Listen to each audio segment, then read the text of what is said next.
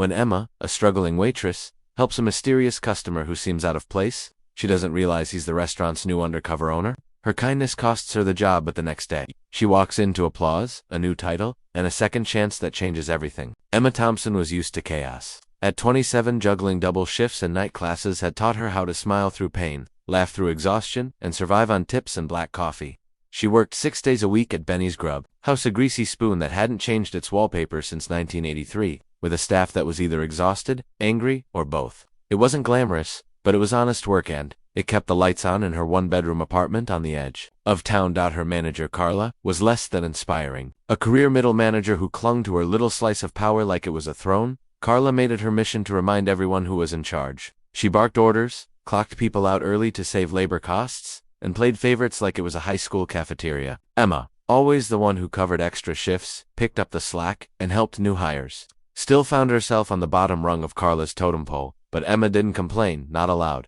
Anyway, she needed this job. Then came the man in the worn flannel shirt. He walked in on a rainy Tuesday afternoon, just past the lunch rush. There was something off about him, not in a bad way, just different. He didn't look like a regular. His shirt was too clean for a place like Benny's, and he asked questions, a lot of them, about the food, the staff, the way things were done. He even took notes when he thought nobody was looking.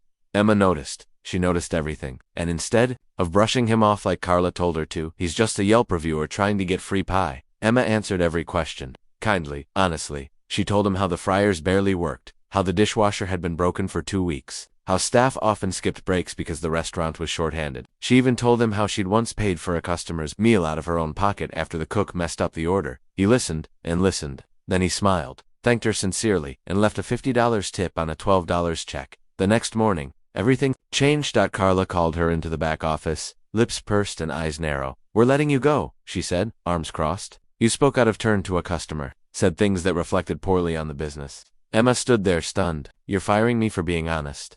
"No, I'm firing you for undermining your employer," Carla snapped. "Now gather your things." It felt like the floor fell out from under her. No paycheck, no rent, no plan. She walked out holding her apron like it was a shroud. A few coworkers gave her sympathetic glances. One or two mouthed sorry. But no one dared to speak up. She spent the rest of the day walking aimlessly through the park, her mind reeling. Her phone buzzed with overdue bills and missed calls from her landlord. She ignored them all.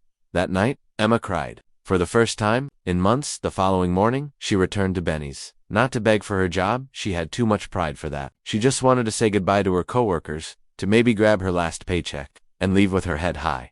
What she walked into stunned her. The same man from Tuesday was standing in the middle of the diner, clipboard in hand, flanked by two sharply dressed executives. Carla's face was as white as the flour in the kitchen. The man turned to Emma, smiling. "Good morning, Emma, right?" She nodded, confused. "I'm Thomas Reed," he said, extending a hand. "The new owner of Benny's. I've been conducting an internal review over the past 2 weeks, undercover." Carla's mouth opened, closed, opened again. "I'm sorry, what?" Emma finally managed. "I saw everything I needed to see Tuesday. You were the only one who treated me with dignity, the only one who was honest about how this place runs." "That took guts." He turned to Carla. "Which is more than I can say for your manager." He looked back at Emma. "You're not fired?" "She is, and I'd like to offer you a new position." Emma blinked. "Would you consider being the general manager? Starting today?" She stood frozen. Around her, the staff erupted in murmurs. Carla looked like she'd swallowed a lemon whole. Emma didn't know what to say. The world had flipped upside down in 24 hours, and she wasn't just surviving anymore, she was rising. Emma had never held a leadership role in her life, but when she stepped into Benny's, the day after being fired, and then instantly promoted, the weight of her new title felt both surreal and terrifying. Her first morning as general manager was a blur of handshakes, paperwork, and awkward stares from employees who weren't sure how to react. Some were supportive, especially kitchen staff like Miguel, who'd watched her stay late to clean up other people's messes without complaint. Others, like Dana the hostess, who had cozied up to Carla for years, wore skepticism on their sleeves. Still, Emma had no time to bask in shock or doubt. The restaurant was in shambles. Broken equipment, outdated menus, staff morale at rock bottom, and a Yelp rating that hovered just above prison food. She spent that first day doing something Carla never had: listening. She called a team meeting, not in the break room, but right there in the dining area before they opened. She passed out coffee from her own pocket and asked everyone, "What's not working and how can we fix it?" At first, no one wanted to speak, but then Miguel mentioned the fryer again. Lauren, one of the part-time servers, added that Carla used to dock tips from newer waitresses if they made mistakes. That opened the floodgates. Complaints poured out about the broken cooler, about how Carla scheduled people based on who she liked, about expired stock being reused. Emma wrote everything down. She didn't judge, didn't promise miracles, just listened and said, "We're going to do better." Then she stayed late to clean the kitchen herself. The next few days were tough. Some employees didn't take her seriously, others didn't show up for shifts at all, expecting things to fall apart. Emma kept going. She called a technician and had the fryer fixed with money Thomas approved from petty cash. She introduced a new scheduling system based on availability and seniority, not favoritism. She printed new menus, replacing outdated dishes with fresh items based on customer reviews and employee feedback. She even convinced Thomas to invest in a decent coffee machine, but change made enemies. Dana, who had thrived under Carla, started spreading rumors that Emma only got the job because of pity or flirting with the new owner. One night, she deliberately gave a customer the wrong order, then tried to blame the kitchen. Emma caught it on camera. Instead of firing her outright, she pulled Dana aside. "This isn't high school," Emma said calmly. "I'm not Carla. You can be part of this change or you can leave your call." Dana took a long breath and, to Emma's surprise, nodded. "I'll try," she mumbled. That night, Dana stayed behind to sweep the floors. Slowly, the staff began to shift. They Pina survey weren't just showing up anymore, they were participating. Emma created an Employee of the Month board. She offered small bonuses for punctuality. She created a shared tip jar and distributed it evenly, eliminating favoritism. The mood in Benny's changed like a new song playing on the jukebox. Customer noticed too. One regular, Mr. Jenkins, who always complained about slow service, left a 5-star review for the first time. A local food blogger came in and wrote, "This isn't the Benny's I remember, and that's a good thing." The staff began smiling more. They joked in the kitchen. They helped each other during rushes. Emma didn't bark orders, she led by example. She still wiped tables, still helped run plates when they were short-handed. But now, her voice carried weight. She had earned respect. One afternoon, Thomas returned unannounced. He sat at a corner booth and just observed. Afterward, he asked to speak with Emma in the office. "You've turned this place around in 3 weeks," he said, impressed. "Revenue's up. Customer feedback is through the roof. What's your secret?" Emma smiled shyly. "People just want to be heard, respected. That goes for staff and customers." Thomas leaned back, nodding. "I had a feeling about you. That day, when you were the only one who gave me the truth, I knew you had leadership in you. I never saw myself as a manager," Emma admitted. "That's because no one gave you the chance," Thomas replied. "But you're a natural." He paused. "I've been thinking this diner is just the first of 5 locations I plan to renovate under new management. I need people I can trust." Emma raised an eyebrow. "You want me to help run all 5? "Eventually, yes. But for now, I want you to train managers for the next 2. We'll call it a pilot. If that goes well, I want you as my regional director."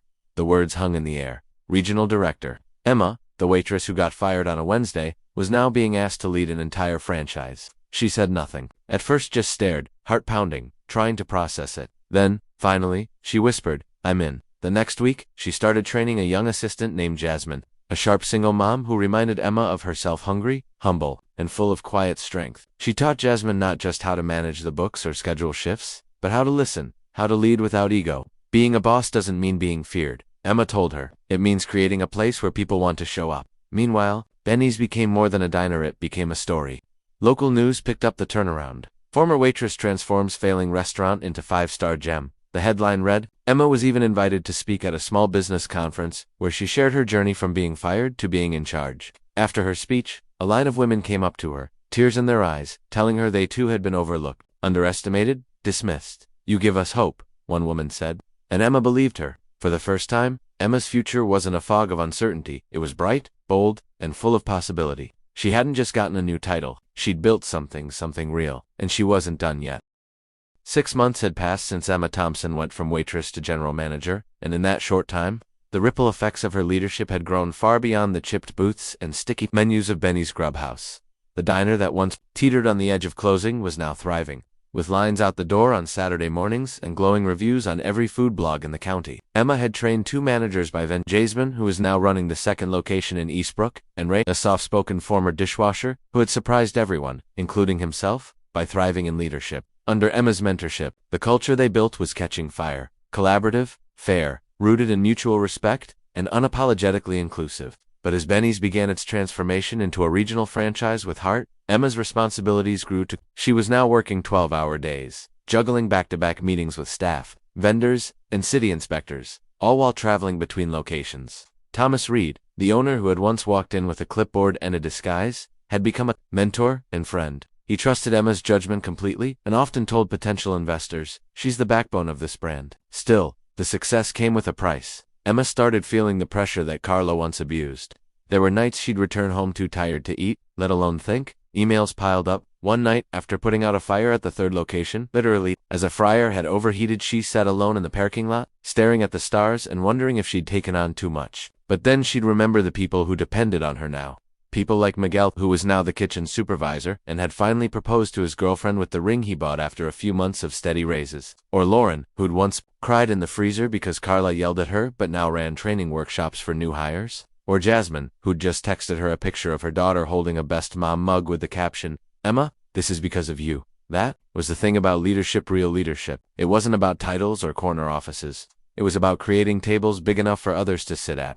And Emma had built a long one. Still, not everyone celebrated her rise. The former owner of Benny's, Mr. Hannigan, who had sold the business to Thomas after years of neglect, started a smear campaign online, claiming his original vision was being ruined by outsiders. Anonymous social media accounts tried to paint Emma as inexperienced, undeserving, and accused her of taking shortcuts. At first, Emma ignored it, but when one of the rumors included that she had lied on her resume claiming she never finished college, she knew she had to respond. So she did something radical. She told the truth. She posted a video on the company's website and social media pages. Sitting in the same corner booth where she'd once served coffee to Thomas that first day, she looked directly into the camera and said, "I didn't finish college. I was working 2 jobs and couldn't afford it. I was overlooked for promotions, fired for being honest. But I didn't quit. I listened. I worked. I believed that doing the right thing mattered. And because of that, I was given a second chance. That chance changed my life. And now I'm helping change others." The video went viral. Within days, customers were sharing their own stories of being passed over, fired unfairly, or judged by their past. Emma received hundreds of emails, some from strangers in other states, others from former classmates who had silently followed her journey and were now inspired to restart their own. One email stood out. It was from a woman named Lydia, the corporate hiring director of a major hospitality group. She had seen Emma's video and wanted to meet. Emma, unsure at first, took the meeting out of curiosity. What she heard stunned her. Lydia offered Emma a position leading corporate culture transformation for a nationwide chain of family restaurants. "We need what you've built," Lydia said. "The industry needs it. You're doing something real, and we want to learn from it." It was an opportunity Emma never imagined. National scale, unlimited resources, the chance to reshape hospitality on a broader level, but it also meant leaving Benny's behind, leaving the staff she had mentored, leaving the diner that had made her. Emma wrestled with the decision for days. She spoke with Thomas, who told her, "I always knew this day would come. I won't hold you back, Emma. I'll support whatever you choose." She spoke to Jasmine, who cried at first, but then said, "You taught us how to run this place without you. You're ready for the next mountain." Eventually, Emma made her decision, but with conditions. She told Lydia she would accept the job under one circumstance, that she could create a partnership program for small diners like Benny's across the country, a mentorship and equity model that empowered staff, especially those from marginalized backgrounds, to rise within their workplaces. Lydia agreed. The final day Emma spent at Benny's as general manager was unlike anything she'd ever experienced. The staff threw a surprise party, streamers, confetti, a giant card signed by every employee from all 3 locations. Miguel cooked her favorite meal. Jasmine gave a short speech, hands shaking, saying, "Emma didn't just make this place better. She made us better." Even Dana, once her harshest critic, hugged her and whispered, "I'm sorry for how I treated you. You showed me how to grow up." Emma stood in front of them, eyes glistening, and said, "This isn't goodbye. It's just a new chapter for all of us. I'm not leaving you behind. I'm taking you with me. What we built here, it's proof that the smallest voices can build the biggest change." As she stepped out into the night air, the neon sign of Benny's glowing behind her, Emma thought back to that rainy Tuesday when a stranger in a flannel shirt asked her about broken fryers. She smiled. Life had turned on a dime that day, not because she'd tried to impress, but because she told the truth and treated someone with respect. That was the seed. Now, it had become a garden, and Emma, she wasn't just sitting at the table anymore. She was building a new one, longer, wider, and open to anyone who, like her, had once been underestimated. The story of the fired waitress, who became the boss, had become something far greater. The story of a leader who turned one act of honesty into a movement of transformation. And she was just getting started.